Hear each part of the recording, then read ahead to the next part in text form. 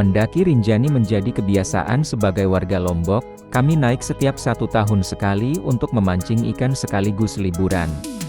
Menjelang Lebaran kami siapkan segala kebutuhan pendakian, mulai dari perlengkapan, peralatan, konsumsi hingga umpan ikan. Pendakian tidak untuk sampai puncak Rinjani, melainkan mancing ikan di Danau Segara Anak selama 4 hari. Berangkat hari kedua Lebaran dan pulang 1 hari sebelum Lebaran Ketupat. Tidak kurang dari 10 orang dalam rombongan kami untuk setiap kali pendakian. Ada yang sekadar hobi mendaki, ada yang hobi memancing saja hingga ada yang hobi kedua-duanya. Kami tergabung menjadi satu tim pendakian memancing dan selama 5 tahun terakhir tidak pernah absen untuk setiap tahunnya. Kedatangan kami ke Rinjani melalui jalur sepi tidak seramai jalur pada umumnya. Dan jalur ini tidak bisa mengantar pendaki sampai puncak Rinjani.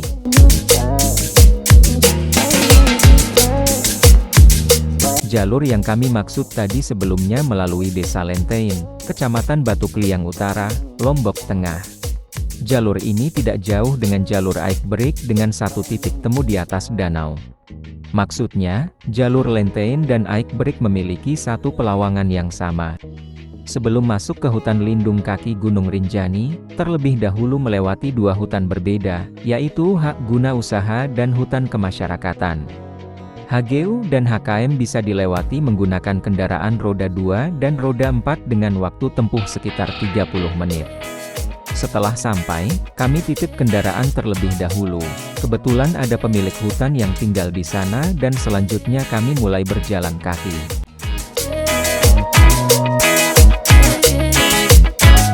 Titik awal pendakian, kami melintasi sungai dan mengawali dengan tanjakan yang cukup terjal hingga waktu tempuh kurang lebih 30 menit. Sesampai di atas, kami istirahat sejenak lalu perjalanan dilanjutkan menuju pos pertama. Hutan belantara yang biasa disebut kawangan oleh orang lokal ini biasanya menghabiskan 4 jam perjalanan. Karena pos 1 berada di pertengahan hutan, rata-rata waktu yang dibutuhkan sampai 2 jam dari titik awal tadi. Tiba di pos 1, kami istirahat lagi lalu mengisi botol kebetulan di sini ada mata air. Setengah dari hutan kawangan sudah terlewati, selanjutnya kami berjalan kembali. 1,5 jam berlalu akhirnya kami sampai di pos kedua. Karena berangkat dari rumah habis sholat zuhur dan sampai pukul 18, akhirnya kami bermalam di pos kedua.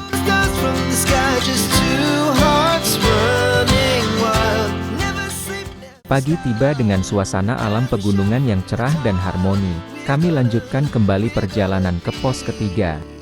Bangun jam 5:30 dan segera bergegas, namun terlebih dahulu kami sarapan dan menikmati kopi hangat di pagi hari. Kemudian kami beres-beres dan segera berkemas. Saat semuanya sudah siap, pada pukul 6 kami berjalan kembali menuju pos ketiga. Start kembali dari pos 2 ke pos 3 kami berjalan sekitar 3 jam dengan keindahan panorama Gunung Rinjani. Dijadikan pos 3 karena para pendaki selalu beristirahat di sini. Ada juga mata air sekalian kumpulin tenaga sebelum menanjaki Bukit Penyesalan.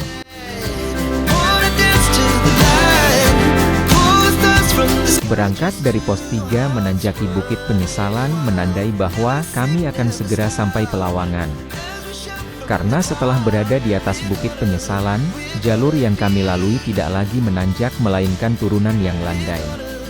Hampir 2 jam berlalu, akhirnya kami sampai di Pelawangan dan selanjutnya tinggal turun ke danau. Oh ya, Pelawangan yang kami maksud berada tepat di samping puncak Sangkareang.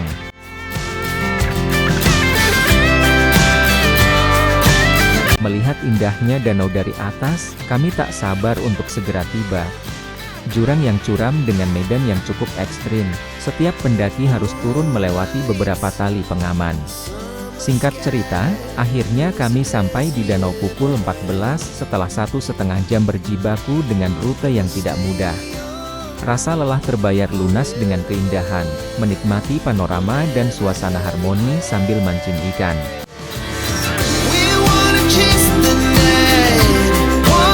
Akhir kata, sungguh anugerah Tuhan yang Maha Kuasa menciptakan alam dan seisinya yang dapat dinikmati oleh hamba-Nya.